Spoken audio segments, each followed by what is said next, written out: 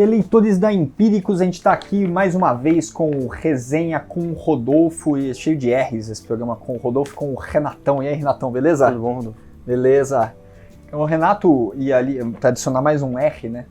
Leu aqui um livro, escreveu uma resenha maravilhosa sobre o Rutger Bregman. Acho que é assim que fala também, né? Só tem nome difícil aqui nesses livros. É um holandês, né? Ele é holandês. Né?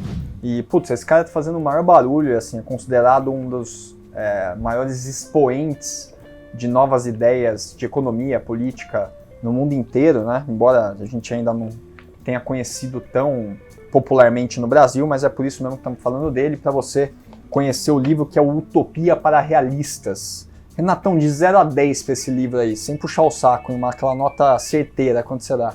Olha, eu gostei bastante, viu, Rodolfo? Eu daria uma nota 9 ali. Eu acho que ele traz ideias muito boas, ideias bem refrescantes para o debate, tanto político, social. Então eu gostei bastante do livro, sem puxar sardinha pro autor, mas eu achei muito bom mesmo.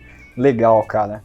E eu acho que o primeiro ponto, né, acho que mais provoca assim, a atenção, já antes de começar o livro, né, quando você está bem na introdução ali e ainda nem pegou as ideias, mas é como ele prepara o leitor para o que está por vir, falando assim, cara, eu vou te apresentar algumas ideias aqui que podem, como você bem escreveu na sua resenha, ser até consideradas insanas sobre a sua perspectiva, mas muitas coisas que são aceitas universalmente hoje também eram consideradas insanas décadas atrás, né? Exato. Ele traz bastante essa ideia no livro, justamente quando ele traz os exemplos históricos, né? Porque ele é um historiador e ele analisa, por exemplo, na Idade Média, início da Idade Moderna, quando o mundo era muito mais caótico do que ele era hoje, né? Então, as pessoas viviam na pobreza, as pessoas tinham uma qualidade de vida muito baixa, e se a gente comparar o mundo de hoje com o mundo da Idade Medieval, por exemplo, o mundo de hoje já seria uma utopia quando comparado com o mundo medieval. Perfeito. Então ele traz esse paralelo para justamente mostrar que as ideias sempre avançam e que é possível sempre a gente alcançar algo a mais, né, para a sociedade. Não, isso é um fator bem paradoxal até, né? Porque a nossa experiência do dia a dia é uma experiência de que o mundo está piorando. Né? Então tem até uma ONG britânica que chama YouGov, né? Os caras fazem pesquisa sistematicamente em vários países desenvolvidos, perguntando para as pessoas se elas acham que o mundo está melhorando ou piorando.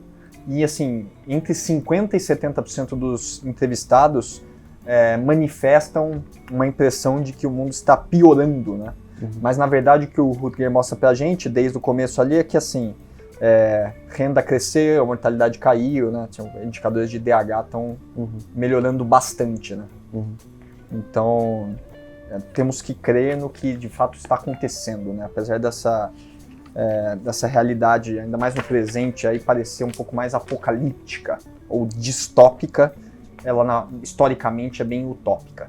Bom, falando das utopias então do Rutger, Renatão, são 3 ideias principais, né, cara? Se pudesse explicar um pouquinho o que você achou de cada uma delas. Legal. Ele traz 3 ideias, né, que são... A primeira ideia é da renda básica universal, aí depois ele traz da diminuição da carga horária de trabalho e também da abertura de fronteiras entre nações, né? Aí essa primeira ideia da renda básica universal já é uma ideia que há um tempo aí que as pessoas conversam, alguns políticos já trazem essa ideia, principalmente na Europa, né? E aqui no Brasil alguns também. Sim. E a história do imposto de renda negativo, né? Exato. Mesmo esse lance do FGTS, de você sacar um 14º todo ano, ele é derivado também dessa matriz da renda universal, né? Isso. E a renda básica universal seria você dar dinheiro para as pessoas pelo mero fato de elas existirem, né? Pelo fato de elas ser um cidadão ali do país, você teria direito a uma certa renda para você fazer o que você quiser com aquela renda. Se você quiser continuar trabalhando, ou se você quiser praticar outras atividades, fazer esporte, fazer arte, fazer o que você quiser, fazer um projeto pessoal mesmo. E o autor traz isso no livro, ele indica que ia ser muito bom justamente porque as pessoas poderiam se dedicar a atividades que hoje não são remuneradas, né? Por exemplo, como cuidar dos filhos, apesar de você ter licença maternidade, licença paternidade, hoje não é uma atividade remunerada, mas se as pessoas quisessem se dedicar a isso, com a renda básica universal seria possível, né? Além de outras atividades também que elas poderiam fazer. Quero tocar violão no bar, né? Eu ia ficar lutando jiu-jitsu aí o dia todo e ficar tranquilo. Legal. Não, e é engraçado isso, porque tem uma visão estereotipada e muito burra, né? De que, por exemplo, se você dá a Bolsa Família para alguém, aquela pessoa vira um vagabundo, né?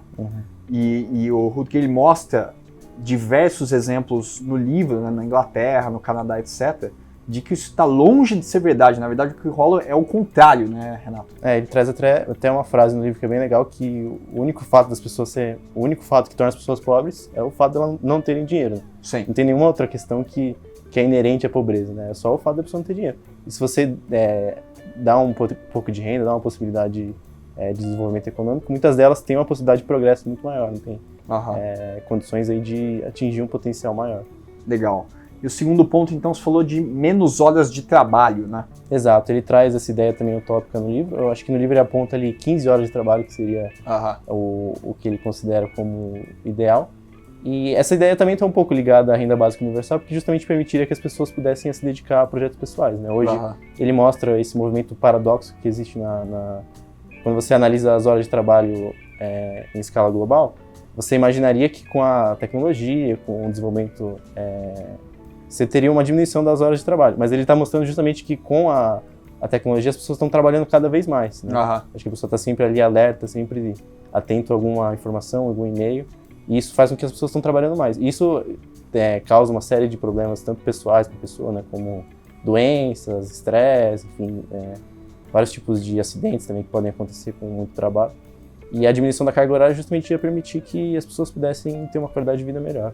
Perfeito, né? Isso casa muito em linha com um outro artigo e livro até que ficou bem badalado, né? Estamos até namorando ele, que é o Bullshit Jobs, né? O que está acontecendo, né? Você trabalhava, por exemplo, 48 horas por semana, né, na Revolução Industrial. E agora você continua trabalhando 48 horas por semana. Estou sendo até modesto aqui, podia ser 70 horas. Só que aí o que as pessoas fazem? Elas fingem que trabalham, né? Elas estão executando tarefas, ficando até tarde no escritório, mas elas não estão produzindo nada útil de fato, né? Então é todo um jogo de cenas para você justificar o seu salário, justificar a sua posição em relação ao seu chefe para ganhar o seu bônus. Então aquelas 15 horas, quando a gente fala as 15 horas por semana, parece coisa de vagabundo, né? Tipo, francês vagabundo que quer trabalhar pouco. Mas na real, tipo, aquelas 15 horas são suficientes para produzir tudo o que você produziria, né, principalmente no setor de serviços, e o resto, todas as outras horas que você fica trabalhando, enchendo linguiça, é só para cumprir com esse jogo de cenas e tentar garantir um bom bônus no fim do ano, né? Exato, não existe uma correlação ali entre produtividade e horas de trabalho, né? Eu acho que existe um certo ponto ali que quando você ultrapassa o número de horas, você não tem um aumento de produtividade. Eu acho que o desafio é encontrar o equilíbrio entre as horas trabalhadas e a produtividade máxima. Né? Senão, eu tenho alguns amigos que trabalham em banco na Faria Lima, né? Lamento por eles, mas enfim. E tem um lance da cultura do banco que, assim, o primeiro a levantar é zoado, né? Ou ele é um demissionário que ainda não saiu, né? Então, assim, a galera fica esperando, tipo, 7h30, 8 horas da noite, ninguém mais tem o que fazer, e fica esperando alguém ir embora primeiro para você ir embora depois e não ser zoado, né? Então, zoado, assim, não no sentido só de chacota, né? Mas zoado institucionalmente. E aí, a terceira utopia sem fronteiras, né? Exato, ele traz essa ideia também de abrir as fronteiras do mundo entre nações, né? E por que ele traz isso? Ele indica que a principal questão que determina a qualidade de vida, a renda da pessoa, é o local que ela vive. Então, uma pessoa no mundo desenvolvido, em um país desenvolvido, ele tem uma condição de vida muito melhor do que a maioria das pessoas que moram num país subdesenvolvido. E a ideia dele é justamente fazer essa abertura de fronteiras para que as pessoas possam escolher, né, onde elas querem morar, onde tem mais oportunidades, e possam assim se desenvolver mais e ter mais acesso à renda e recursos. Perfeito. Assim, a mobilidade social só funciona de fato se você não tem fronteiras à imigração, né? Porque, como o Renato falou, o fator isoladamente que mais explica a condição financeira, econômica de um indivíduo é onde ele nasceu. Mas assim, eu não lembro de ter escolhido onde eu nasci quando eu estava na barriga da minha mãe, né? Ou mesmo antes disso, misticamente, sei lá como.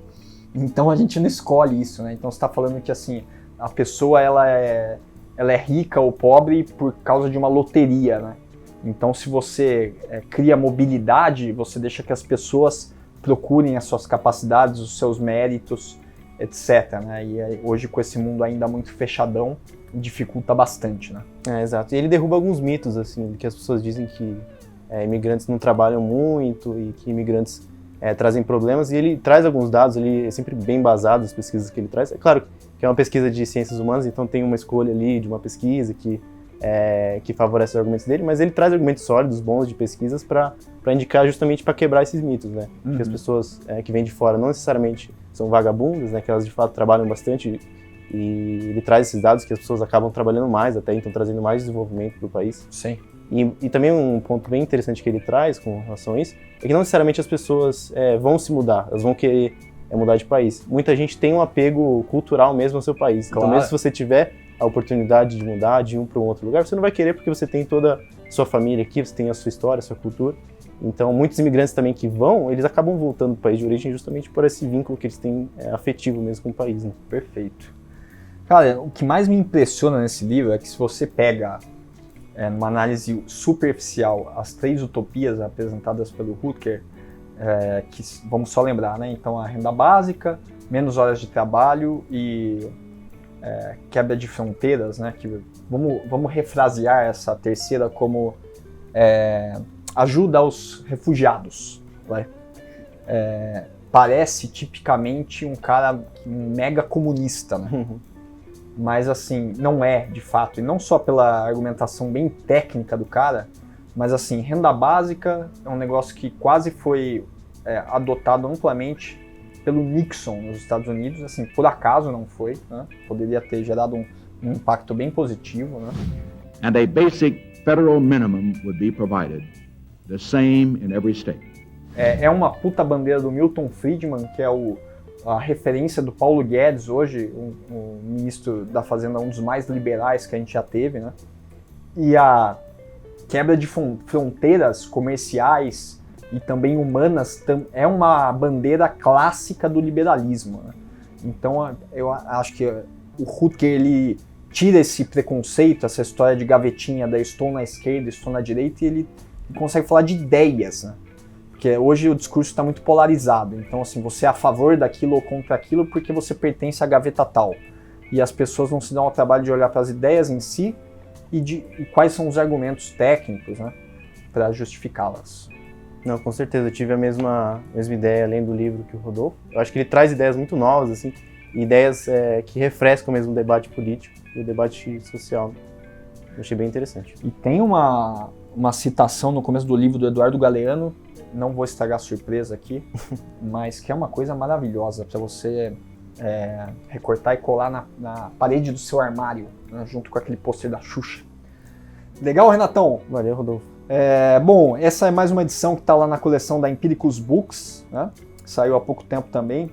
É uma das nossas favoritas. Se você quiser, ainda não conhece a Empiricus Books, entra lá no site, né, ou no link aí que aparece, sei lá como, na sua tela, né? E é facinho de você se tornar um membro ou mesmo de comprar edições avulsas anteriores. Renatão, muito obrigado e até a próxima resenha. Valeu, Rodolfo, muito obrigado. Falou.